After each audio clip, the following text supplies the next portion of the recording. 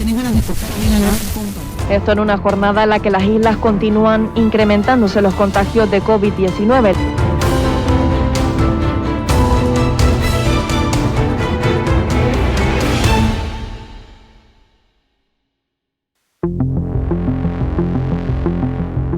Canarias comienza 2022 golpeada duramente por Omicron, la variante que está pulverizando todos los récords de contagio con un crecimiento sin precedentes en las últimas semanas.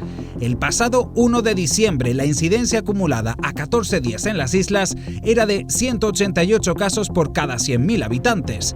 Ahora, solo un mes y medio después, esa incidencia se dispara a los 2.707 casos, 14 veces más. ¿A dónde nos llevan esos contagios masivos? ¿Qué consecuencias tendrá?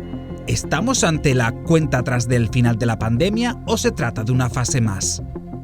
Adolfo García Sastre, virólogo del Hospital Monte Sinaí de Nueva York. ¿Ve usted más cerca el final de la pandemia? Al haber tantos casos está claro que el virus está mucho más adaptado a estar entre nosotros y que va a dar lugar también a una inmunidad natural que va a contribuir en parte a que desciendan los casos, como ha ocurrido en otras pandemias, porque Omicron es muy especial y cuando aparecen variantes especiales es muy difícil que vuelvan a aparecer variantes súper especiales con respecto a la especial que era Omicron. Pero es muy difícil que Omicron se vuelva a repetir y volver atrás a lo que estaba causando también es muy, muy difícil. ¿Hay cierto optimismo, cierta esperanza respecto a otras olas que hemos vivido? No es igual que las anteriores. Ha habido momentos más duros durante la pandemia. La primera ola fue la más dura de todas. Esta puede llegar a causar problemas, pero comparadas con la primera ola es muy distinto. Hay optimismo, por otro lado, no se ha acabado. El debate sobre las consecuencias de esta explosión de casos está servido en la comunidad científica. No todos ven con los mismos ojos la aparición de esta variante y ni mucho menos un final a corto plazo. Elena Vanessa Martínez, presidenta de la Sociedad Española de Epidemiología. ¿Usted considera que todavía hay que ser muy cautos a la hora de hablar de un final de la pandemia por el elevado número de casos que está provocando Omicron? Evidentemente no podemos decir que la pandemia haya terminado. Siempre hay que ser cautos porque sí que es cierto es eso que ahora mismo con las incidencias tan altas que tenemos, pues todavía tenemos los servicios asistenciales que están aguantando. Pero evidentemente no se puede asumir estos niveles de contagio porque aunque la gravedad sea poca, cuando el número de casos es muy alto, como los que tenemos ahora, acaba saturando el sistema. ¿Existe la posibilidad de que aparezcan nuevas variantes que cambien el escenario actual? Siempre que haya transmisión y más con altos niveles de transmisión, existe la posibilidad de que aparezca una nueva variante. Sigue habiendo países donde los porcentajes de vacunación son muy bajos.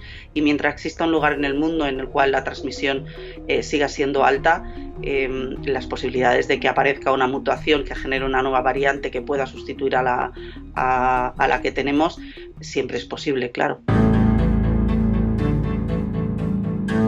Sin acuerdo entre los científicos sobre la repercusión de Omicron en la pandemia, se abre otra incógnita.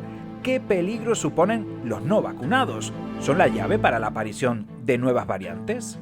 Sí, son una puerta de entrada porque esa persona no vacunada es más fácil que se infecte. El vacunado se puede infectar también, va a ser menos grave, pero es menos probable, va a tener menos carga viral. De manera que la persona vacunada puede transmitir más el virus. Cuando empezó la pandemia hablábamos de que la tasa de infectividad, esto es, una persona infectada a cuántas personas infecta, era de 2,5. Con la variante Omicron estamos hablando de que puede ser como el virus del sarampión, de los más infecciosos que hay. O sea, una persona puede infectar a 12, 16, quizás más personas. Esas personas no vacunadas tienen más facilidad de ser infectados y estar transmitiéndoselo a mucho más gente. Y por supuesto, tienen mucha más probabilidad de tener un COVID sintomático o grave. El presidente Macron aseguraba tener ganas de fastidiar a los no vacunados a partir del 15 de enero, fecha en la que solo podrán entrar en establecimientos aquellos poseedores del pasaporte COVID.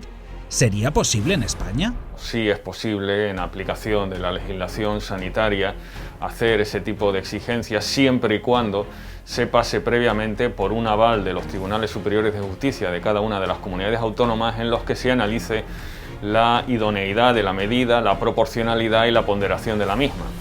En otros países sí se ha adoptado porque sea una ley del Parlamento estatal el que regule esa situación e imponga esa obligación. No obstante, España es un país de vacunados y en Canarias cerca del 85% de su población diana tiene al menos una dosis. Aún así hemos visto cifras de contagio nunca antes vistas y eso nos lleva a otra incógnita más. ¿Habrá finalmente inmunidad colectiva? ¿En qué ha quedado ese objetivo de inmunidad de grupo? La inmunidad de grupo es un cálculo de cuánta gente tiene que estar vacunada para tener una seguridad fiable de que no se va a estar infectando a la población. Al ser muchísimo más infeccioso, varias veces más infeccioso que las cepas originales, también aumenta el número de individuos de la población que deben estar vacunados para estar protegidos. La situación es desigual incluso en Europa. Países como Dinamarca lideran el porcentaje de población con pauta completa con más del 96%, seguido de Irlanda con el 93%. España se sitúa en la zona alta de la tabla con un 85%, pero hay países que un año después aún no llegan a cifras tan robustas, como por ejemplo Rumanía con un 47% o Bulgaria con cerca del 32% de su población vacunada. Se busca incentivar la vacunación, reforzarla con una tercera o incluso ya de forma experimental en Israel con una cuarta. El camino sigue siendo aún incierto en medio de un hastío emocional generalizado entre la población que se pregunta si tendremos que convivir con el virus. Parece que a corto plazo tendremos que estar conviviendo con el SARS-CoV-2 como convivimos con otro tipo de virus respiratorios. Estamos viendo como cada vez hay un mayor número de infectados y al final habrá un mayor número de personas inmunizadas de forma natural. De ahí a que digamos que una pandemia pasa a ser una endemia, pues hay muchos pasos y muchos sucesos que tienen que ocurrir y todavía es muy temprano. No será hasta bien entrado el año cuando podamos despejar las grandes incógnitas que aún tenemos de esta pandemia, cuando se cumplen 2 años de la detección de los primeros casos.